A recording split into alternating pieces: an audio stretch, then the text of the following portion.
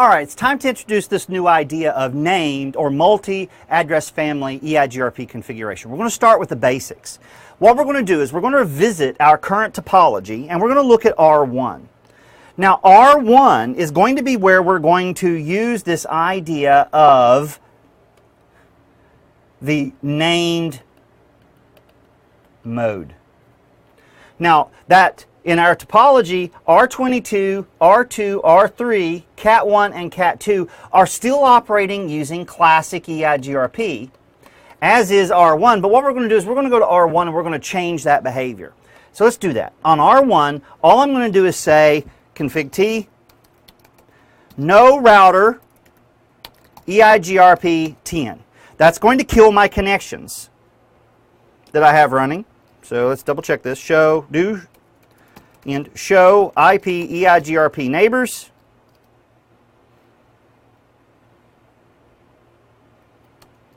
And I have none. Let's take a look at R2. Well, let's take a look at Cat1 and Cat2. Cat1 lost it because of peer termination. Cat2 lost it because of peer termination, a message that was received from us. So what's happened is now Cat1 and Cat2 are no longer peered with R1. Now what I want to do is I want to remedy that, but I want to remedy it through the utilization of EIGRP named mode. So let's just do the basics, and then what we'll do is we'll delve into it and look at some of the operational changes. First, what I'm going to do is I'm going to give it the config. So I'm going to say router EIGRP, and I'm going to use the question mark. And what's going to happen here is notice I can specify autonomous system. Autonomous system configures or uses classic EIGRP configuration. However, the new method is going to be word, which is representative of an EIGRP virtual instance name. So let's go ahead and plug that in there. So what am I going to do? I'm going to use my favorite name, IPExpert.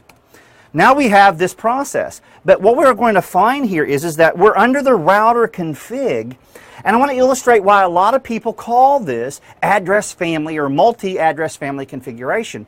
And that's because now what we're going to do is in this named operation, we are going to need to understand where and how we can make our configurations. So first of all, let's just execute a show command here. Let's do a do show run section router and hit enter. Well, I don't see anything here.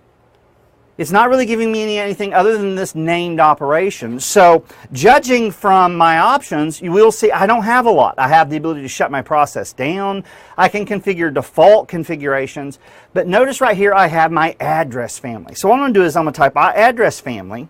And now I need to ask myself a question. Am I going to do named operation for IPv4 or IPv6? Initially, we're going to look at how we do named operation for IPv4. So let's go ahead and plug that in. We'll say address family IPv4. And now what I'm going to do is I'm going to say I'm going to do this for unicast. But notice I have the capability of doing multicast or unicast. I even have the ability to support virtual routing and forwarding instances. But what I'm doing now is I'm address family IPv4 unicast, autonomous system, and I used 10. So these are currently operating in AS10. So if I want to have R1 participate in AS10, I need to set up the autonomous system for AS10 under this idea of my named mode operation. So I have address family IPv4 unicast autonomous system 10.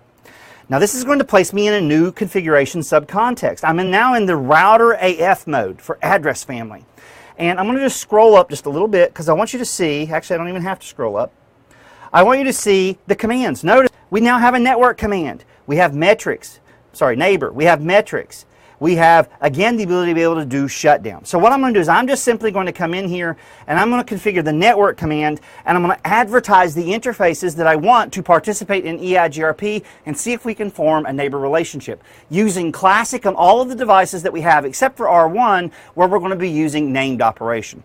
So again, I always forget my interfaces. Do show IP interface brief, E assigned. And there we are. Those are my interfaces. So what I'm going to do is, first of all, I'm going to say network 172.16.1.1. Match that bad bear exactly. And network 10.1.1.0.1.1. Matched exactly. And I should get a neighbor relationship. And I do. Let's do the other. Network 10.1 and 201.1.0.0.0.0, and now I should have it configured. Now, let's look at this. Exit, exit, exit. So let's punt over to R22 and see what we have going on. Show IP route, and here I am. Notice I have reachability to 172.16.1.1, the loopback 0 interface of R1. Am I going to load share? So let's take a look at this. Trace route to 172.16.1.0. And notice that I do. I am going through R2 and R3. Now the reason I'm going through those, let's see here, I pinged to 0. So that's not something I should have done. Let's see here, 22. Let me try this another way. There we go. So I got reachability.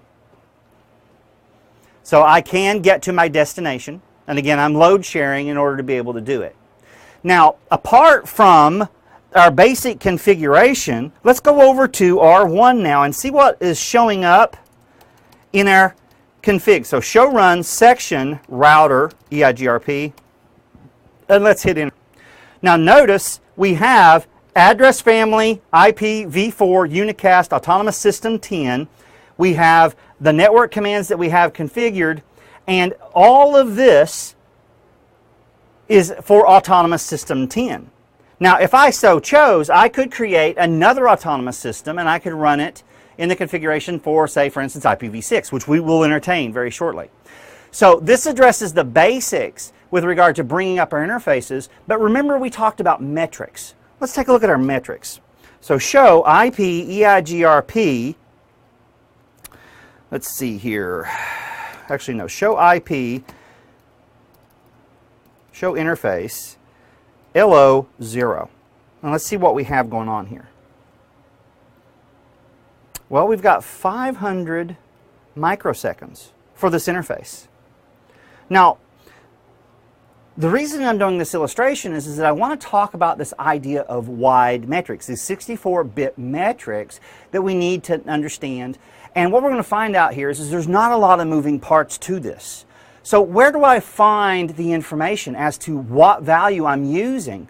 Because in classic EIGRP, my delay and my bandwidth are all configured under my interface configurations. So whatever is assigned based on my microseconds on my interface is what I use for my EIGRP computations. Now let's take a look at what's happening when we look at it from the point of view of these wide metrics in the operational configuration of named EIGRP. I'm going to do show IP EIGRP. Now we'll do this. Show address family. No, IP. Oh, bear with me. I hate it when I forget these commands. Show EIGRP address family IPv4. And I want to look at interface LO0. Well, that's not giving me a lot. Let's take a look at this.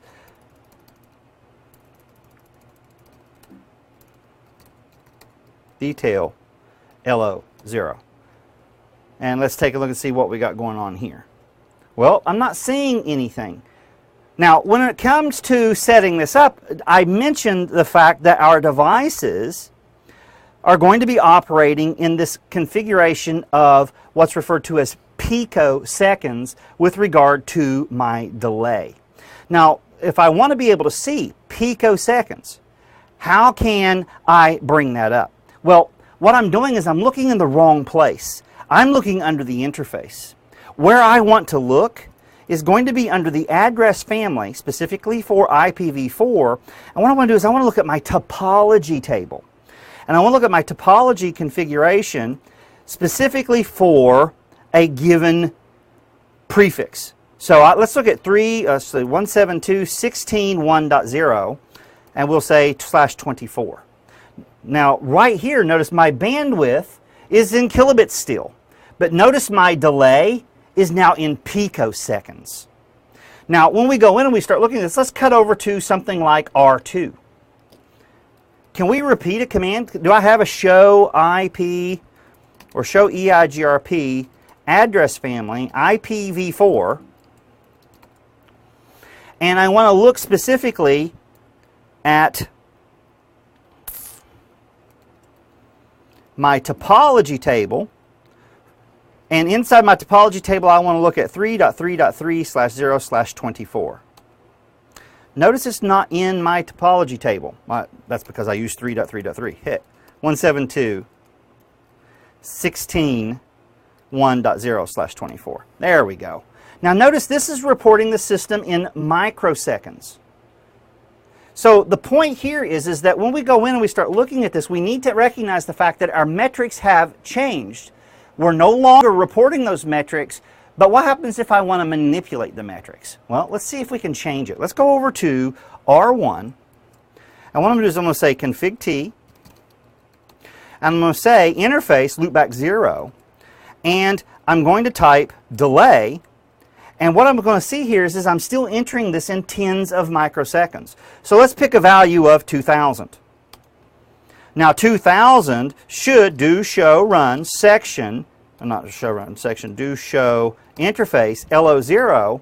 And if I scroll up, what we're going to see here is that my value is in 20,000 microseconds. So I still entered my value in tens of microseconds. Now let's take a look and see what ends up happening with regard to the output of our show command. So show IP address family IPv4 topology, looking specifically for this one. And what I want you to see here is it's now changed to picoseconds, but the value that is being reported is still going to be a value of my microseconds that I entered.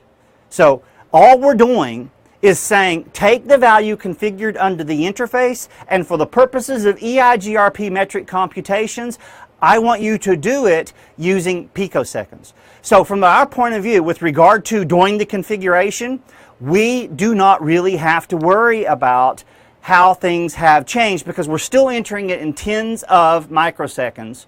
So the only thing that they could really ask us to do is ensure that we have X amount of picoseconds in our computation, and that would be, we'd have to be able to reverse engineer this idea of what value to enter under the config. So not difficult because we're still entering it at the interface, even in named operation, in the mode of tens of microseconds. The system is just going to automatically convert it to picoseconds. So now the point also I want to illustrate here is, and we'll look at this in the terms of diagnostics very shortly, because I want to look at what's actually being exchanged across these links. So when we come back, what I'm going to do is I'm going to talk about how we're going to do some manipulations inside of named mode. We've covered enough with regard to what's happening with regard to this idea of wide metrics, where we're going to be able to represent our delay in picoseconds, but never lose sight of the fact that our bandwidth is still, even in our named operation, going to be working as kilobits per second, and that's the value that we're going to use when we enter them. So with that being said, I'll see you guys in the diagnostics video where we're going to take a closer look at what's going to be exchanged between our named EIGRP speaker and our classical EIGRP speaker. I'll see you guys in that presentation.